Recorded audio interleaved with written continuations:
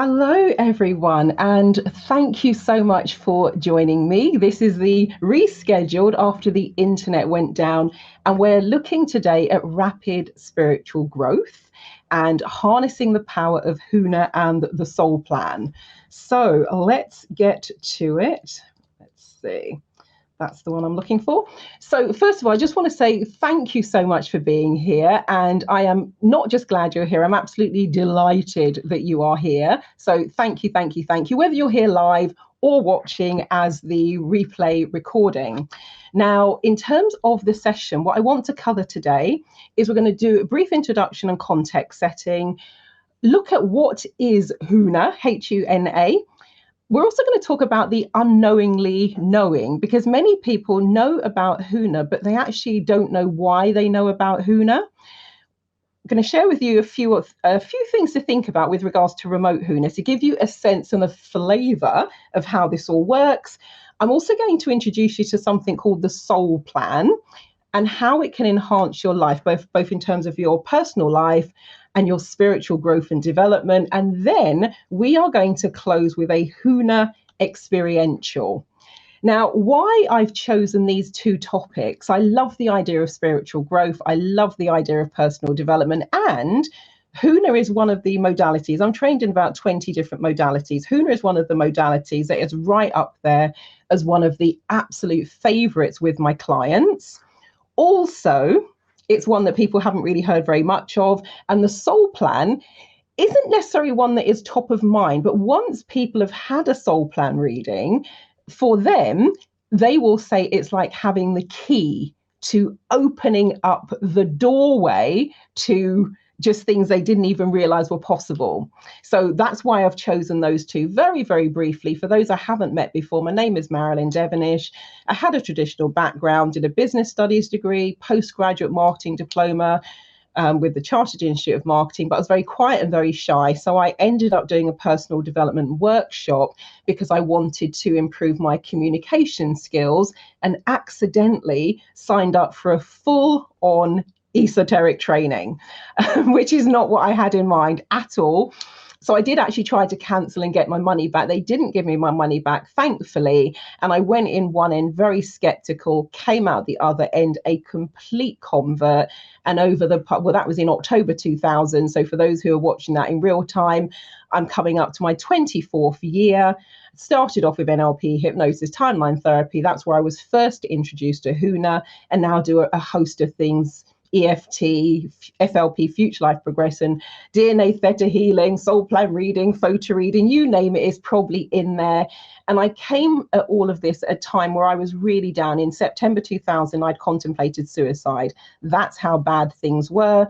Over the years, I've fully dove in, whichever one it is, to the world of spiritual growth and development. So you might recognize some of the people here who we got: Nassim Haramein, Greg Braden, Bruce Lipton, you name it, probably worked with and alongside some of those wonderful people, because once I was introduced to the power of spiritual growth, there was no going back. Since 2003, I've been writing about health and emotional well-being for newspapers and magazines, both in the UK and internationally. I also write for business publications, things like Forbes, The Guardian, Huffington Post, People Management, etc. And I'm also a media commentator, oftentimes not just speaking about health and well-being and mental health and growth and development, but also kind of the business side of things that I do. Very first book I co-authored was about transformation, because that's always been my thing. If you're in personal development, you might have heard of Tony Robbins or the late Wayne Dyer. My photo readers would have heard of Dr. Paul Shealy, and those who are more in the business field, you may have heard of Brian Tracy.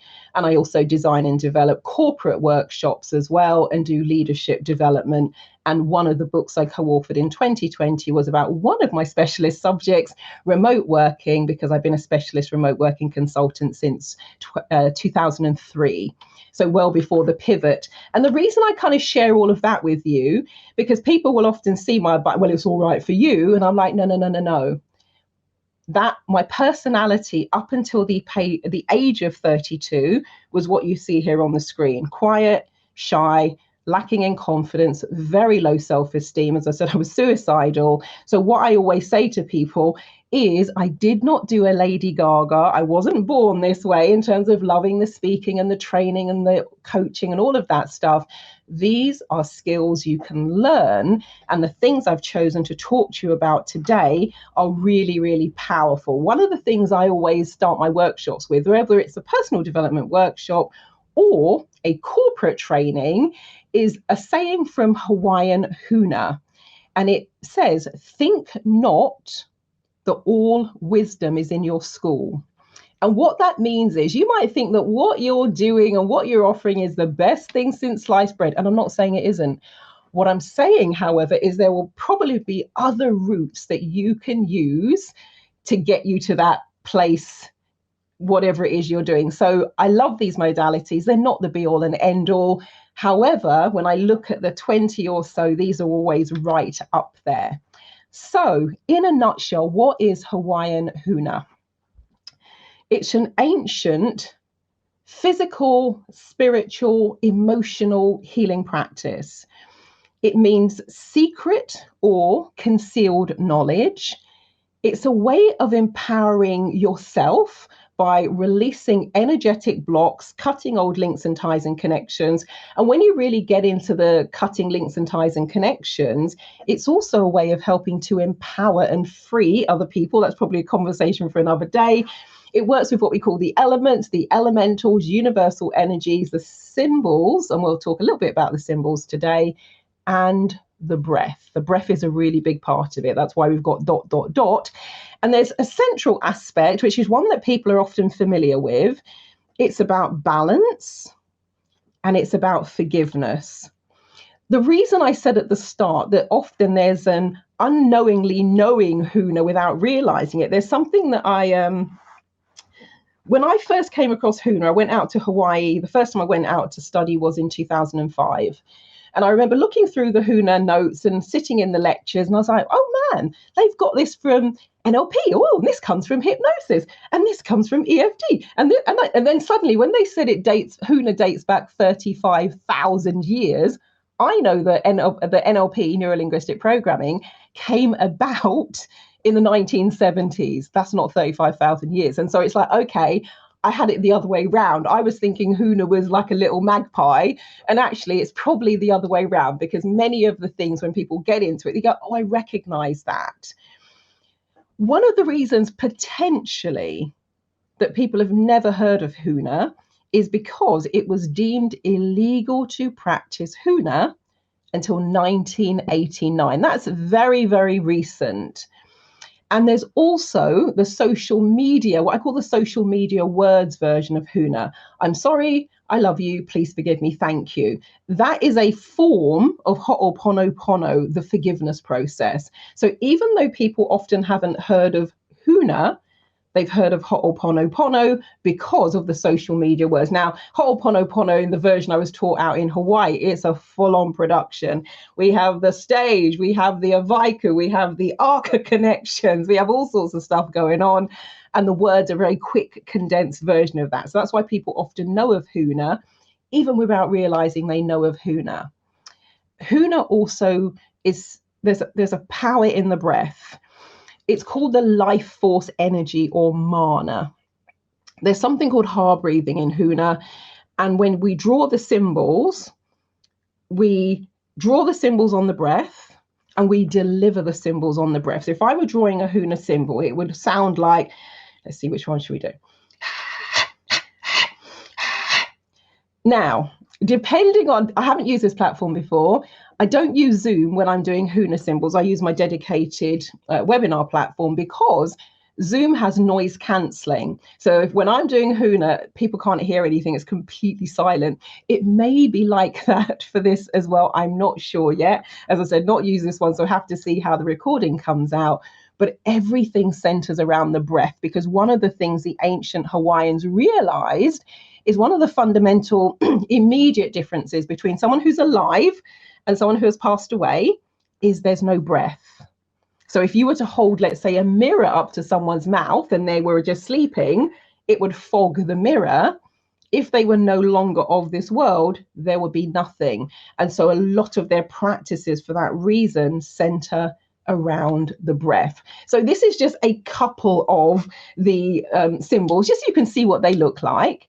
And we're going to meet a few of these when we do the Huna experiential at the end. So one of the things I would say is, if you're open to receiving the symbols, just give yourself, just say yes, just give yourself permission to receive. The symbols will work their own magic. We'll talk about that when I share with you some of the examples of the remote Huna, and a few things you might also want to think about with the Huna experiential. So do you want to maybe shake things up or get a bit of motivation going? Do you want to calm things down and have that sense of being more centered?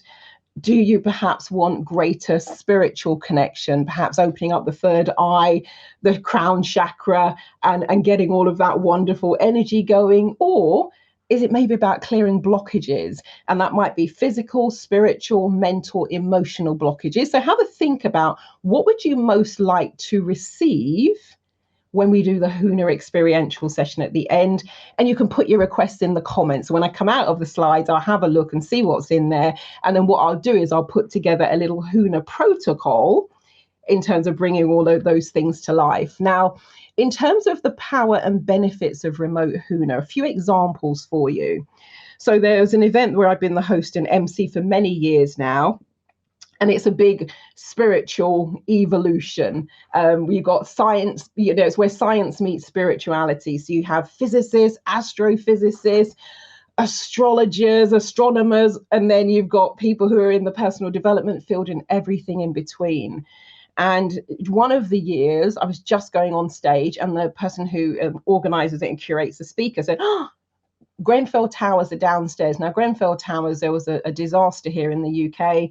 A tower block caught alight and they couldn't get people out of the building. And this all played out on national television, probably international television as well.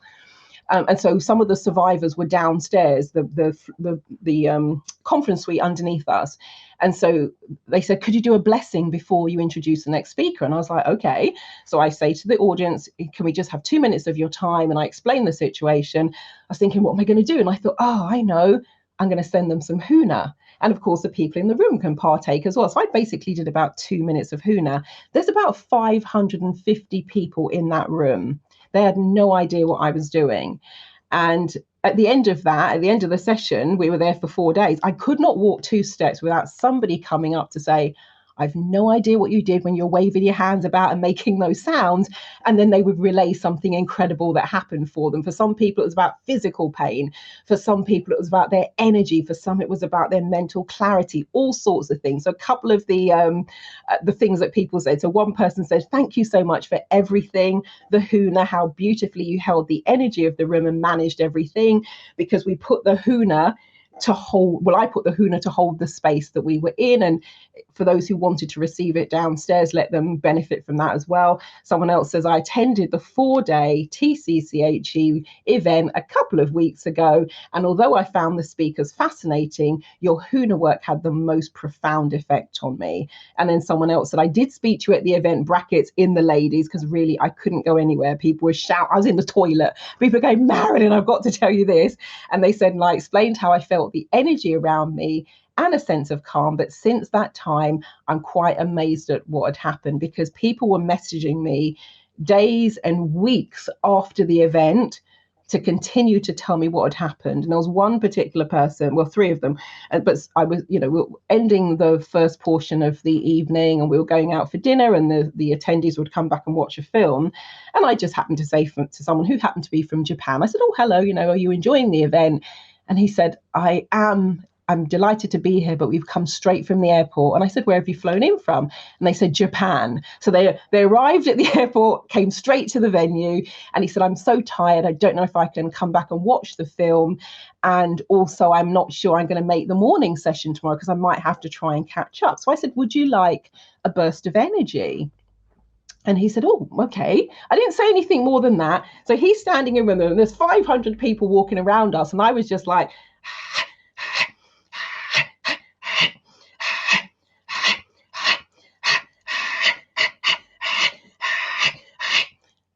That was it. I did about a minute. And then off he went. I saw him the next day and I said, oh, good morning. How was your evening? He said, Marilyn. He said, Huna is better than Starbucks.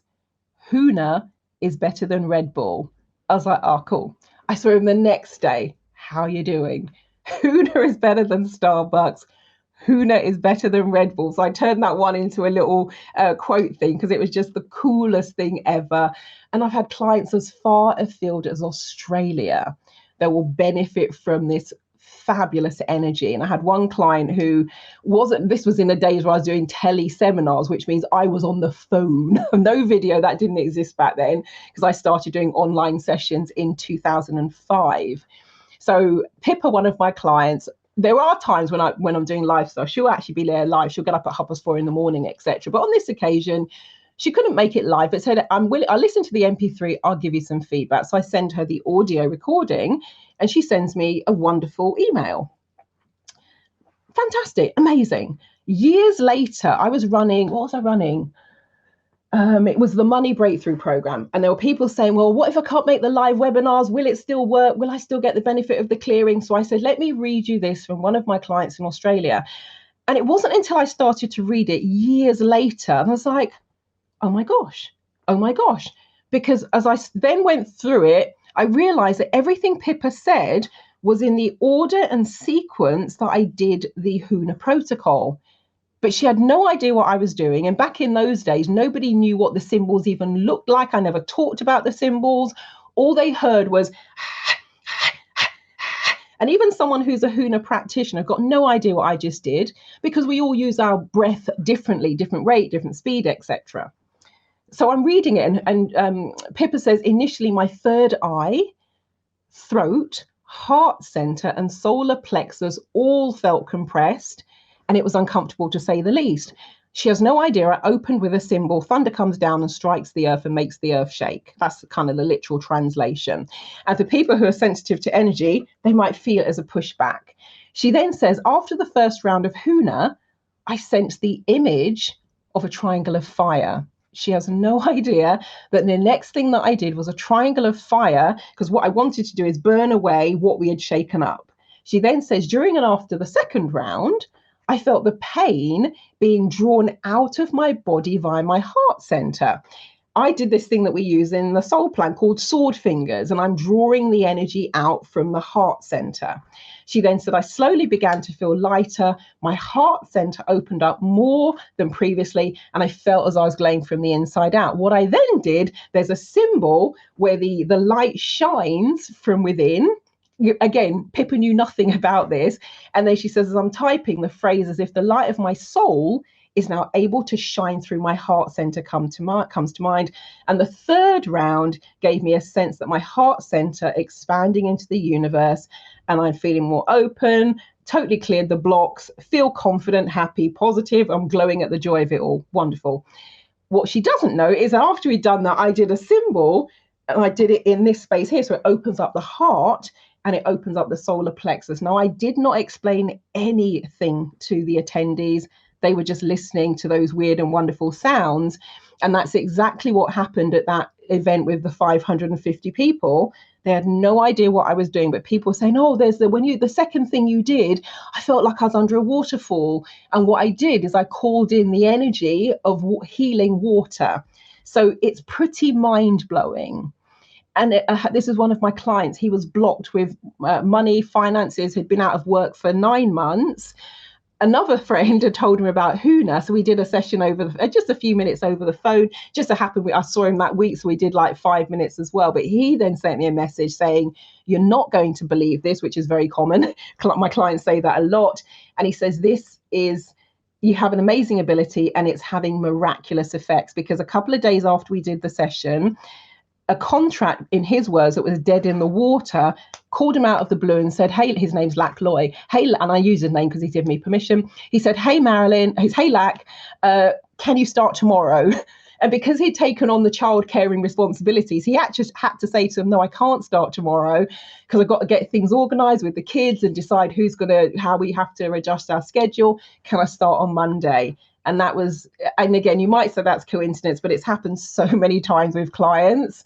And the person who put him in touch, his wife actually now thinks I'm a white witch because he was having real sort of problems with a neighbor who'd put a rusty car on his driveway. And so whenever my client had clients or friends over, they'd have to sort of park on the next door neighbor's driveway a bit. And the neighbor would then come out and start arguing with people. And it often had almost come to blows. And so one particular day, my client had just had another run-in and an argument. He's really, riled up.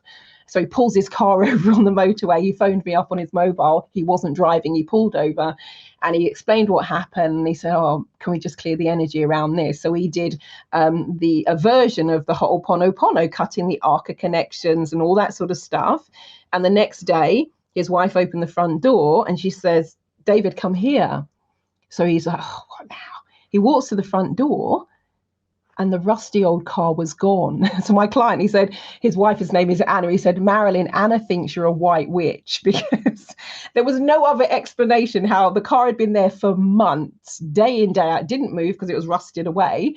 And suddenly the day after we do the Huna clearing, it's gone. So this stuff is kind of like magic. So we're going to do a Huna experiential, but I also want to give you a little taster of one of these other weird and wonderful modalities. So this is the soul plan, and I'm a soul plan reader and also a soul plan instructor. So if there are practitioners who want to learn it and become soul plan readers themselves so they can use this modality with their clients, that's one of the things I also do online, so people can do that internationally wherever they are.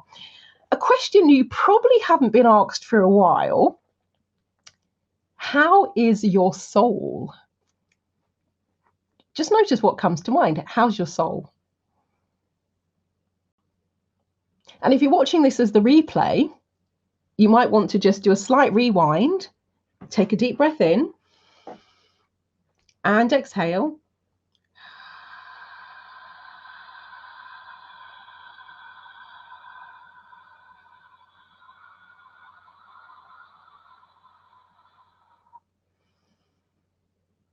And notice your response to the question, how is your soul? And just notice what you notice. It might be thoughts, it might be feelings, it might be words. Just notice.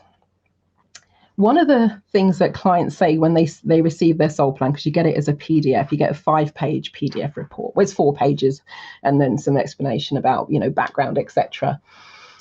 Clients often say, because I send it to them by email, say, let me know what resonates. Clients often say, everything resonates. Clients have said it's like seeing my whole life laid out on 5 sheets of paper. Another said, I've just revisited my soul plan 7 months after the initial reading, and somehow it seems to resonate even more. One of the things I always say to my clients is keep your soul plan report, because it's like a living, breathing document, and it will. So I looked at mine because I did mine first. I became a practitioner in 2013. I looked at it about 7 years after I'd had the soul plan done. Things that were interesting in 2013, like, yeah, okay, fine. Suddenly, I'm looking at it, I was like, oh my God, that's totally where my life is right this minute. I mean, right now. So it grows, it evolves. And because there are times where you'll be facing particular obstacles, overcoming challenges, stepping more into your gifts and talents, seriously, the soul plan is like you look at it months, years later, and it's like, wow, wow, wow. And it's brilliant. It's almost like giving you a sense of direction. And even when when I was 50, I did 50 soul plans for £50. And so I had a group of people. So I was kind of doing a group reading. So all the people who had the 10-1, I did that at the same time. And all the people who had the 6-6 energy, I did that at the same time. And people were still saying it's amazing and unbelievable how accurate it is about me, even when I wasn't reading for each of those 50 people individually like I would normally do. So in terms of what's a soul plan, originally developed by someone called Dr. Frank Alper, uses the sound, vibration and spelling of your name. We use your birth name, so the name on your birth certificate. Based on ancient Hebrew gematria, focuses on 7 key areas: your talents, challenges, your gifts, your skills, your soul destiny. And it also highlights what stops and blocks you. So it can reveal reasons for some of the challenges in your life. how those challenges, because it's all very well knowing what the challenges are. What are you going to do about it? How do you resolve them? How do you overcome them? That's the thing that's always of interest to me, because most people can tell you what their challenges are, chapter and verse. That doesn't necessarily help you resolve the issue. So it's brilliant for doing that.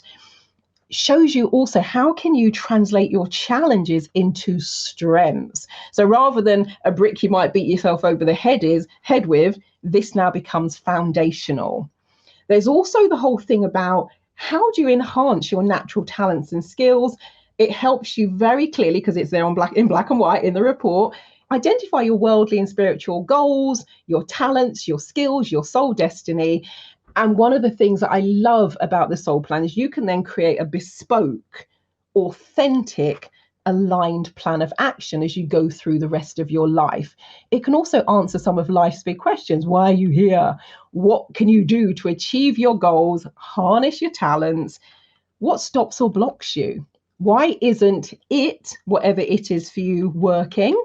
What do you need to do to get into alignment? What specifically? Let's not faff around just, shot in the dark. What specifically can you do? Your soul plan can tell you that. And what is the real next step based on who you are and what you are here in this world to do? And then how do you bring all of those skills and talents and gifts and information together, and also what you've learned from those challenges, and how does that fit with your soul destiny and what your soul is here to do?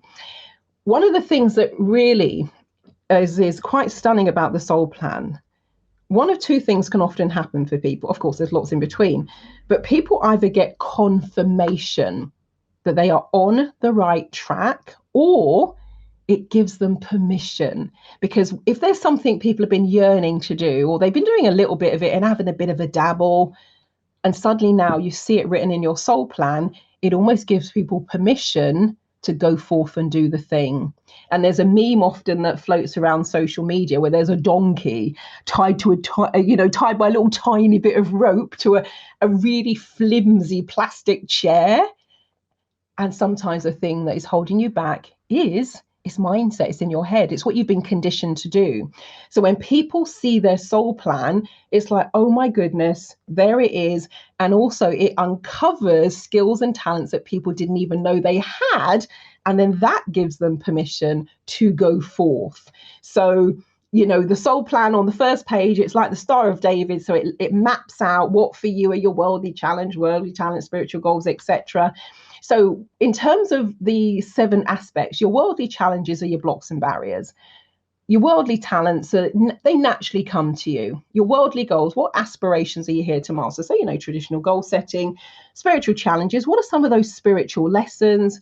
Spiritual talents, how else are you now going to grow and develop your natural gifts and skills and attributes? Your spiritual goals, what's your mission or higher purpose, if you think of it like Maslow's hierarchy of needs? And your soul destiny is what's your highest potential and your purpose. So on your soul plan report, this is like page 1, you've got a downward triangle, which is the worldly, and that's typically from age 0 to approximately 30 to 35. You've then got the upward triangle, which is the spirit. And it doesn't mean you suddenly get more spiritual at age 30, 35, you spend the rest of your time up Mount Shasana, which is fine. I'm sure it's beautiful, but it doesn't mean that. It just means some of the more, again, Maslow's hierarchy of needs, some of those fundamental basic needs and the things that you learn in order to be in and of this world, you've done that. So now you're more, let's say you're more moving in that spiritual direction, if you like. And then in the center of all of that is what we call your soul destiny, which is the culmination of all of those energies. And there are 22 different potential aspects on the soul plan. Now, if at some point, not right now necessarily, but if at some point you wanted to download a demo soul plan, so you could go and have a read of it, I've got a soul plan test room. It's online.transformationstm.com/soul plan test room. It's free. All you do is put your name in, choose an avatar. You can upload your own picture, but most people choose from the avatars that are there. And then when you land inside of the room, there's an arrow where it says this room. Click on that little, the dashboard will look slightly different because this is my back office, but click on this room. And then you'll see a link where you can actually download a demo soul plan if you want to see what one is like. And once you land, there's I did a radio interview about the soul plan, so you can watch the YouTube video as well. But what I've done is I've just pulled out a few aspects of the soul plans from those 22 potential combinations, and I've pulled out the ones that I see most commonly when I'm doing soul plan readings for those who are coaches, consultants, therapists, healers. These are some of the most common ones, but they're going to be generic because I haven't sat and done your soul plan. And the idea that I originally had for this group was to have a volunteer and I would go through some aspects of their soul plan, but no one volunteered. So I've put together a more generic version just to give you a sense. So let's say you had the 3-3 energy.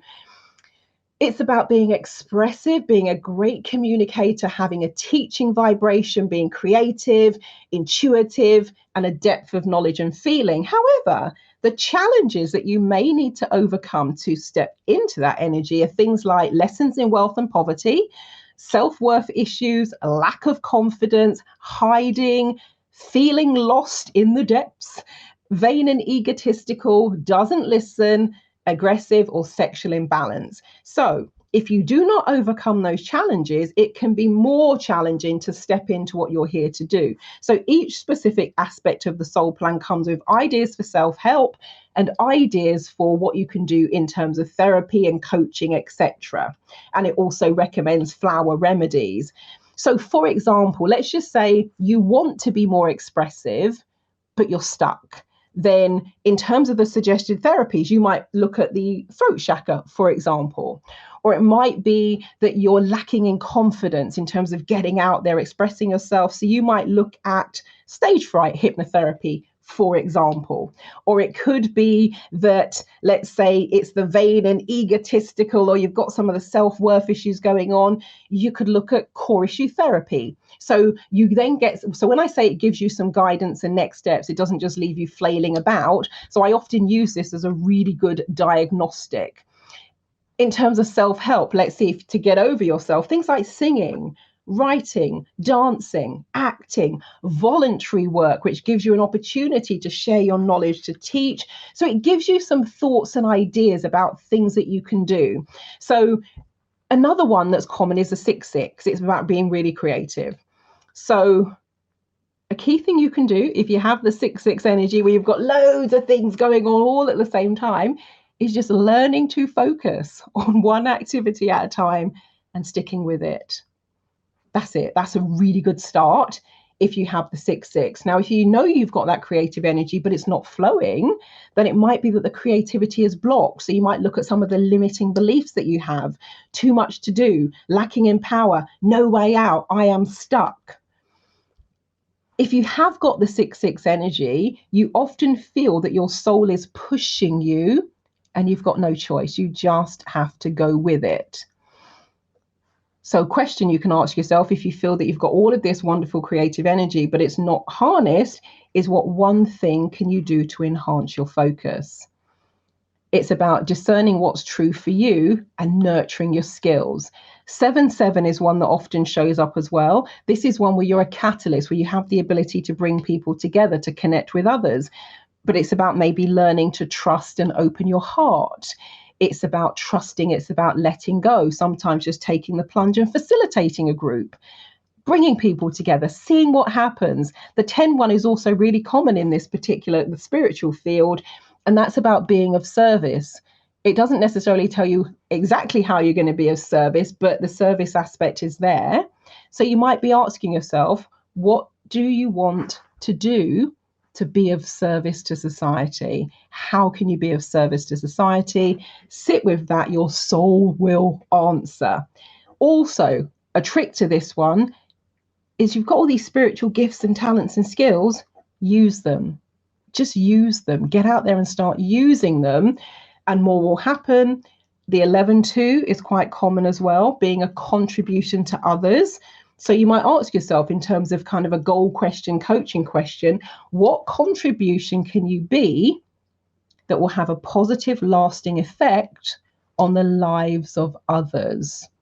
And then notice what you notice intuitively. Now, we're whizzing through this. The reason is This is being recorded, and the wonderful Charisse, I believe, correct me if I'm wrong, is going to leave the group open for a while. So you've got the opportunity to go back and rewind and sit and maybe have a look at more of what's on here, go through those coaching questions again, and notice what comes to mind.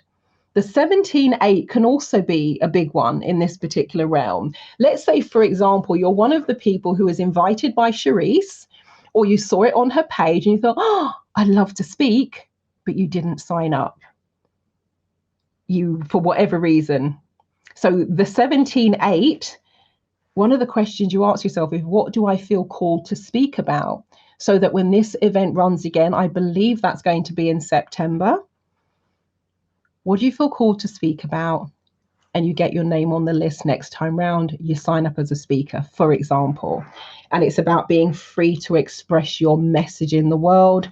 For those of you who are coming from that, well, I'm guessing many people from here come from the heart space, but some people really, they feel that they're here to share knowledge, share spiritual knowledge and information, share love into the world. So a key thing with the 12-3 energy, if this one resonates with you, is you're asking yourself, what can you do to maintain your balance and your sense of self? Because sometimes it tips the other way and you fall into martyrdom, or your energy is being drained. So you will be finding the balance for yourself. The 13-4, consciously bringing spirituality into the world, into everything that you do. And all of these are going to have, they all have their challenges and they all have their wonderful gifts. So this is just to give you a little bit of a flavor. Now, safety and protection can come up quite a lot with people, even in the realm of, let's say, speaking. They won't speak because they're fearful and they don't feel safe putting their head above the parapet, sharing their gifts, their skills, their wisdom, their knowledge. So it's a really interesting one in terms of how it shows up. So one of the questions to ask yourself is what lets you know that you are safe and you are protected? Because when you know that, or you can put that in place, it means that you can then go forth into the world and share your gifts, your talents, your skills, your knowledge, your information, your love, your spiritual material. Because I happen to believe, and I'm guessing, I'm not in Charisse's head, but there's probably an element here of knowing that there are other people in the world who have a powerful message to share, and this forum is giving the opportunity.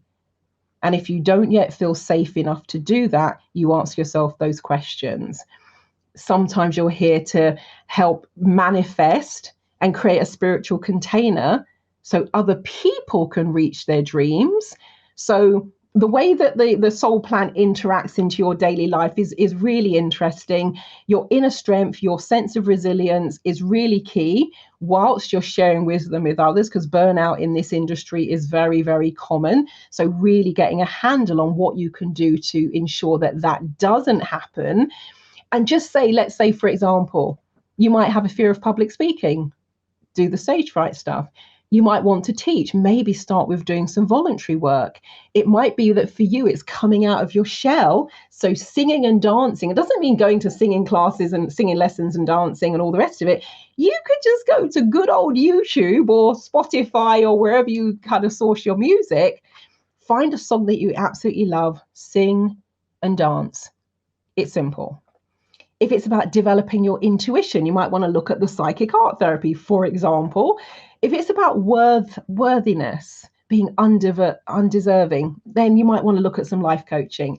If it's about leadership, having things to share, then look for opportunities to share. This wonderful forum is one of them. And even if you're not speaking, you can still be talking and sharing ideas and thoughts with people in the group.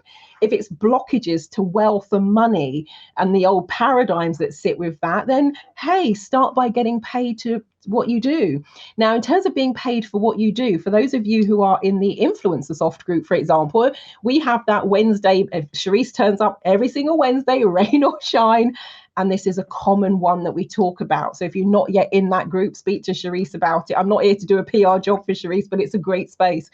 And then if it's about depth of knowledge, then get to the core of what's holding you back. So there are very simple things that you can do when you identify the challenge or the goal that you have for yourself, to start putting together an action plan. And I always say, look, start with low-hanging fruit.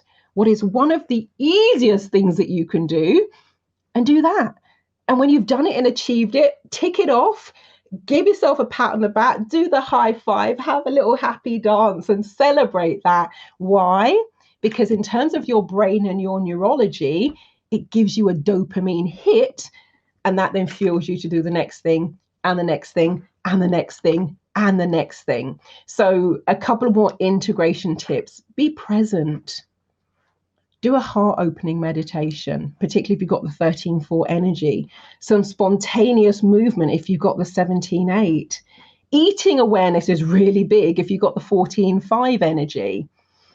Laughter and humor.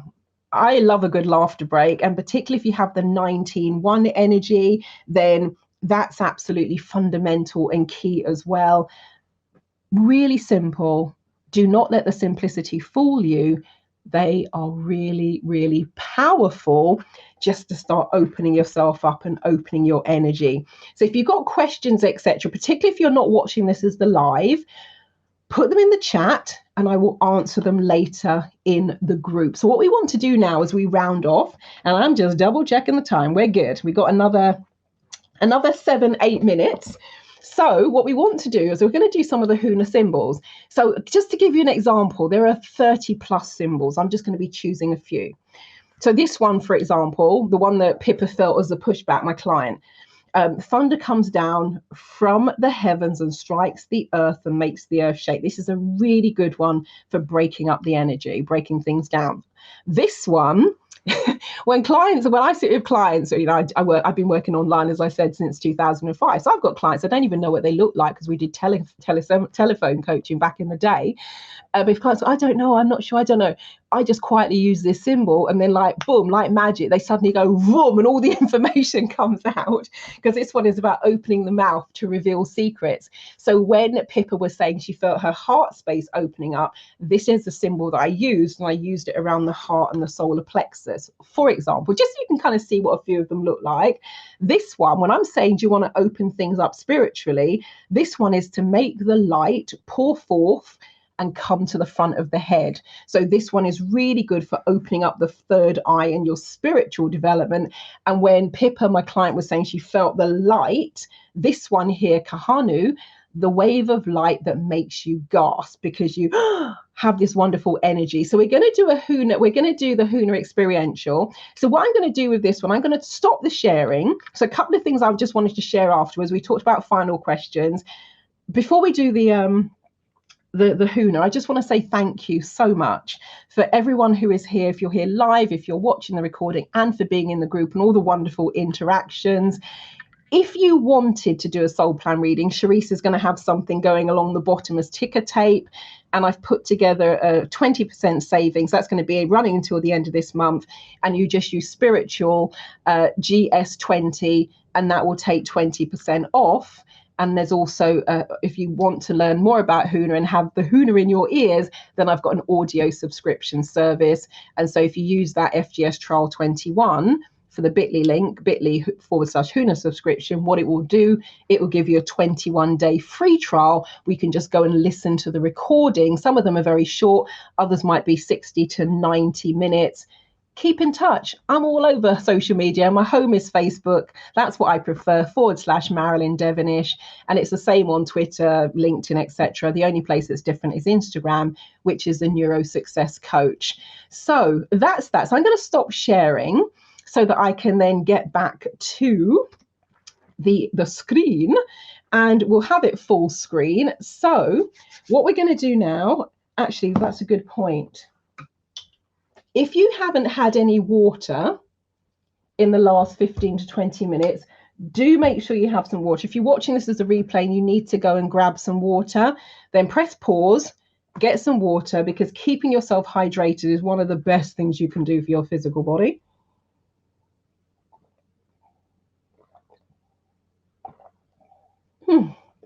Cheers. Alrighty, so what we are going to do now is a round of Huna, Huna, for those who might be coming in a bit later. Key thing is just give yourself permission to receive. One of the things I love about Huna, it's not about me directing it and making the Huna do something and telling it what to do. It has its own innate spiritual intelligence. And the Huna, as with those 550 people, the Huna will then go and work its magic. Now, I don't drink, no problems with people who do. When I was growing up, there was a beer called Heineken, and they had a strap line. Heineken refreshes the parts other beers cannot reach. And with regards to the Heineken, I say that Huna is like the Heineken of spirituality, in terms of it will go and do what it needs to do in the most miraculous, mysterious of ways. So just give yourself permission to receive. You can do it sitting up, you can do it lying down, you can do it eyes open, you can do it eyes closed. My intention and request with whenever I do Huna is that you receive the Huna, the energy, the clearing, the transformation, in a way that is right and healthy and ecological for you and for your greatest and highest good. There's also a big element of Huna, which is about what we call higher self therapy. So also working with the idea of your higher self, which is there. Guardian angel isn't quite the right description, but it's the easiest way in a nutshell in this kind of context to describe it. So we're always asking that if something is right for you, you can receive it. And if you're like, no thanks, then you just let it pass you by, go on over your head. All right. So we have in our final fight, and seriously, it only takes a minute or two to pack a punch with Huna. So here we go in terms of our Huna energy clearing. And if the sound does not work on this particular setting, if it's a bit like Zoom and they do the noise cancelling, then what I will probably do is do an audio recording, and I'll give the link to Charisse or something, and then you can hear it properly. So here we go.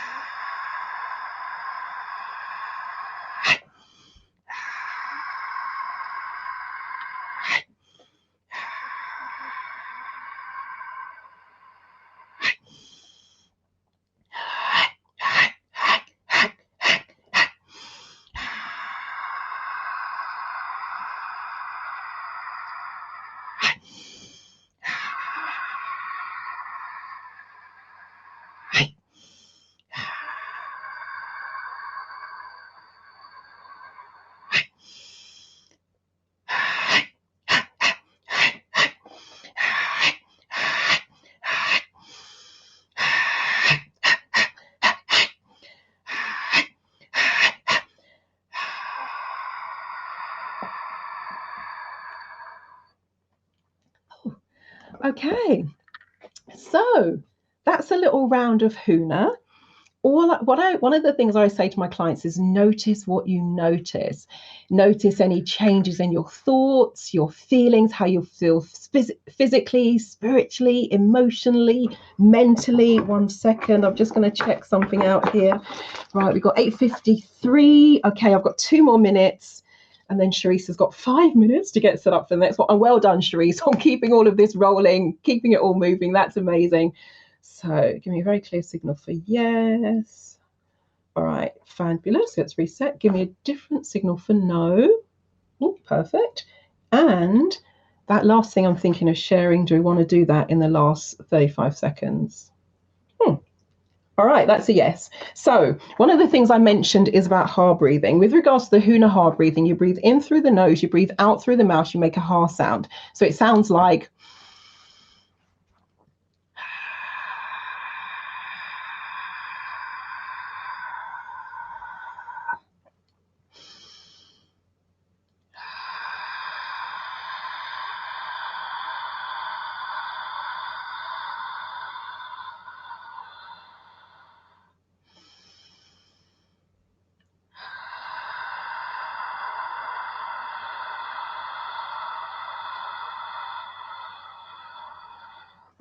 and even just doing 3 ha breaths is enough to start calming the system. Then you go back to your regular breathing, breathing in through the nose and out through the mouth. But whenever you want to calm, you want to reset, you also want to reoxygenate your body. It's one of the things that the kahunas, they'll spend several days doing ha breathing because this is a neurological reset.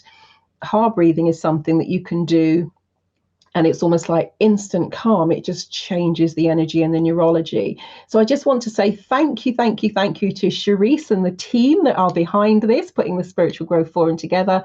Thank you also to everyone who's been here live. Also, those of you who are watching the replay recording, as I said, feel free to put your comments into the group and I will answer those later. So thank you, Sharice. Thank you, everyone, and wishing you a wonderful rest of your morning, afternoon or evening, depending on where you are in this wonderful world. Marilyn Devonish, the NeuroSuccess Coach, over and out, and I'll catch you all later. Thanks. Bye-bye.